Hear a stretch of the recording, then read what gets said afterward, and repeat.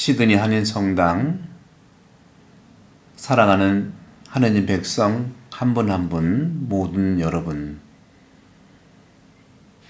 제가 내일 모레 12일에 정들었던 이곳을 떠납니다. 마지막 말씀을 좀 나눠드리고 싶어서 이렇게 영상 편지를 드립니다. 지금은 마음 중심의 시대입니다. 마음 공부를 어떻게 할까요?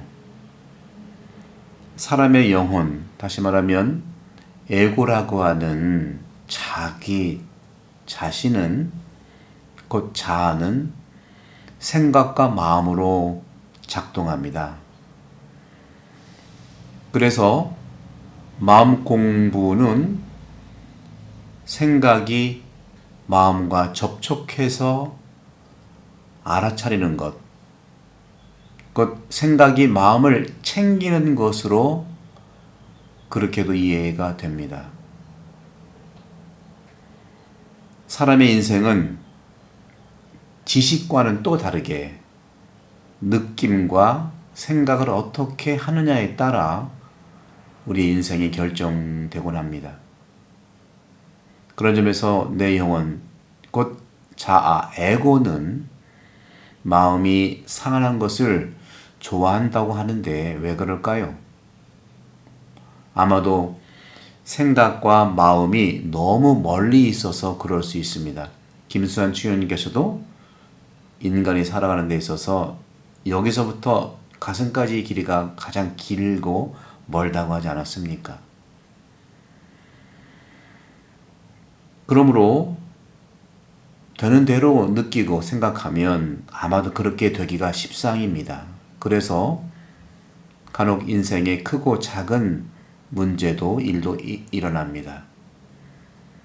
우리 본당처럼 큰 공동체에서는 그런 말이 있죠. 함께 살아가는 행복을 많이 느끼기도 하지만 아픔도 더 느낄 수 있다는 것이죠. 사람은 감정에 솔직할 수 있는 권리가 있어요. 그렇기 때문에 감정은 늘 자신에게는 옳습니다. 그런데 이 감정이라는 놈은 흐르면 흐를수록 마음이 건강해지기 때문에 좋은 감정이든 안 좋은 감정이든 흐르지 않고 거기에 빠지는 것을 늘 우리는 경계해야 합니다. 그런데 왜 마음에 갈등이 생기고 또 그렇게 되는 것은 무엇 때문일까요? 대체로 우리가 경험하는 바 타인에게 휘둘려서 그러곤 합니다. 그래서 중심을 잡아야 하는 것이죠.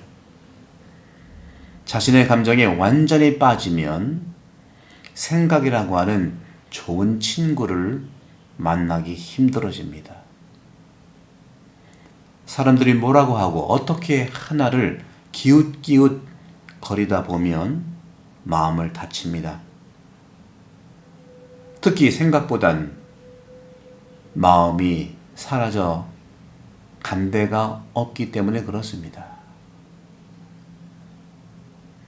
아마 마음이 외출한 것은 아닐까요? 그래서 사람은 누가 무슨 말을 해도 흔들리지 않고 갈 길을 가는 힘, 그 힘을 길러야 합니다.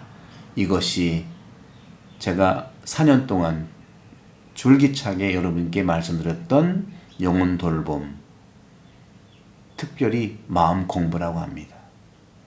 이 공부는 처음부터 저절로 되는 것은 아니에요. 하지만 배우고 연습하고 또 공부하면 됩니다. 마음 공부는 영혼 속의 마음이 건강해지는 것을 말합니다. 사람은 마음에 대해서 알고 싶어 합니다. 사실 그런데 마음이 아프죠. 병이 좀 들었죠. 그런데 병은 물리적인 통증이 없는 병, 곧 아프지만 그렇게 느끼지 못해 보이는 병이 심각한 거라 합니다. 아프긴 아픈데 왜 아픈지 몰라요. 또 아픈데 안 아프다고 하는 것이죠. 그런데 마음이 아프고 병이 들었다는 것을 어떻게 알고 또 그걸 느끼면 어떻게 고칠까요?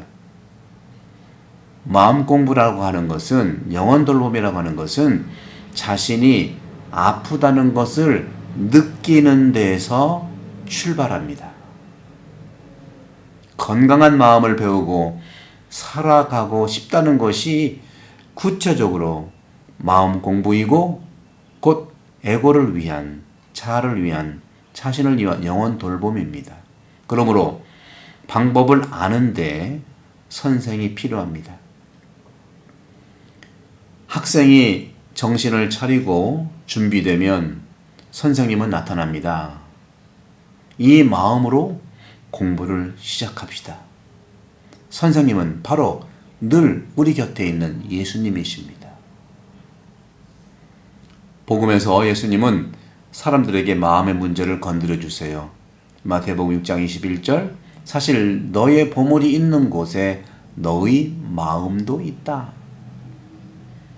루카복음 21장 34절에서 너희는 스스로 조심하여 방탕과 만취와 일상의 근심으로 너희 마음이 물러지는 일이 없게 하여라. 그리고 그날이 너희를 덫처럼 갑자기 덮치지 않게 하여라. 특히 예수님께서는 바리사이의 종교 지도자들에게도 마태복음 10장 5절에서처럼 너희는 마음이 완고하기 때문에 모세가 그런 계명을 기록하여 너에게 남긴 것이다 라며 율법은 사람의 마음 속에서 그 실천 정신을 찾으라고 제시하십니다. 인생에서 하느님의 뜻을 어떻게 식별할까요? 하느님이 내 인생에서 무엇을 바라실까요? 다양한 분야, 인생의 크고 작은 순간, 매일 일어나는 크고 작은 상황에서 하느님의 뜻이 나에게 어떻게 작동하는 것을 알아차릴까요? 사실 오늘의 사회는 더욱 강력하게 우리가 인생에서 어떻게 하느님의 뜻을 식별할 것인가에 집중하도록 요구합니다. 어제 제가 그저께죠. 공연 대축일날 강론 말씀드린 것처럼 이를 위해 먼저 우리가 하는 마음 공부는 자기 의지를 내려놓는 수련입니다. 나를 내려놔야 하느님의 뜻을 만나기 때문입니다. 이제 자기 의지를 내려놓는 겸손 수련에 관해 잠시 나누고자 합니다. 그런데 이러한 아직 행동은 아니더라도 의지를 내려놓는데 왜 안 될까 고민하거나 자책하지 말아야 합니다. 그보다 먼저 성찰과 식별을 통해서 의지를 내려놓는다는 것이 무엇일까라고 질문하고 이를 위해 생각과 마음을 들여다보면서 그 과정을 표현하는 것이 마음 공부입니다. 그런데 마음 공부의 기본은 성찰과 식별인데 성찰은 자신을 들여다보는 것이요 식별은 하느님의 뜻, 그것을 알아차리는 것입니다. 이것을 구체적으로 공부하고 나누고 또 설명하다 보면 그룹 성경 공부를 통해서도요, 또 구역반 모임을 통해서도요, 또 레지오의 그런 거를 통해서도요, 봉사활동을 단체를 위해서도요, 자신의 의지도 내려놓을 수 있는 것입니다.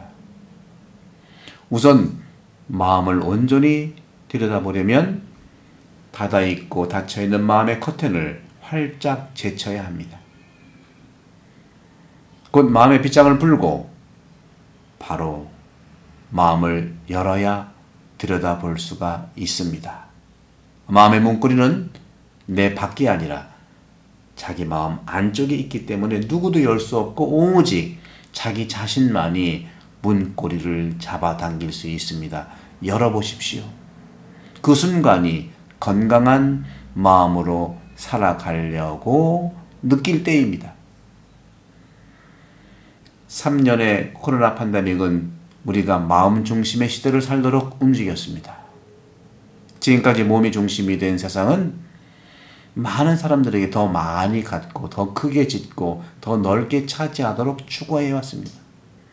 하지만 바로 지금 마음 중심으로 살아가는 시대는 우리가 덜 갖고 작게 지으며 덜 차지하고 작은 것이라도 나누도록 안내합니다.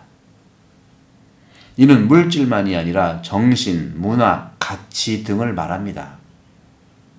지금까지 사람들이 자신 안으로 끊임없이 소유하는 삶을 추구했다면 이제는 밖으로, 자신 밖으로 나가서 많이 나누고 전하는 시대를 살도록 특별히 하나밖에 없는 지구는 우리들에게 요구하고 있는 것이죠. 이제 마음 중심의 시대입니다. 하루 잠시라도 마음 공부를 어떻게 할까요? 많은 종교인들이 그들 경전의 중심 가치, 즉 유교면 유교, 불교면 불교, 우리 그리스도의 성경책, 이 성경책을 체계적으로 알고 살아가는 것이 바로 마음 공부입니다. 지난 4년 동안 저는 이 본당에서 참으로 행복했고 감사했습니다. 이제 임기를 마치고 한국의 대전으로 돌아갑니다. 그리고 오늘 저녁 8시나 9시쯤에 대전교구 홈페이지에서 제가 어느 곳으로 가는지 인사 발령이 납니다. 이곳에서 만나고 배웠던 한순간 한순간과 또 만났던 모든 우리 신자 모든 분들을 마음에 담고 갑니다. 마음 공부의 달인인 우리 교우들 위대합니다. 모두가 예수님의 한 마음이기 때문입니다. 마음으로 하나가 되면 하지 못할 일이 없고 불가능이 없습니다. 사랑하는 한인성당 우리 하느님 백성 여러분, 진심으로 사랑하고 하느님 축복을 청해 드립니다. 사랑합니다.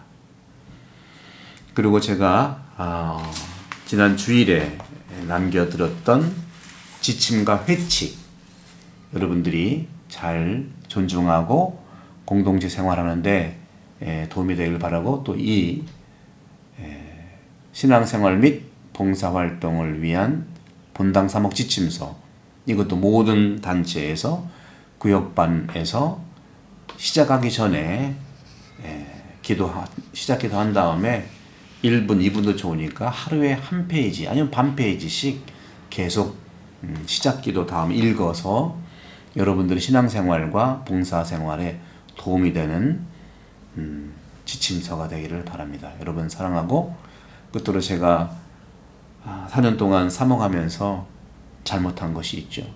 여러분들에게 진심으로 사죄와 용서를 청합니다.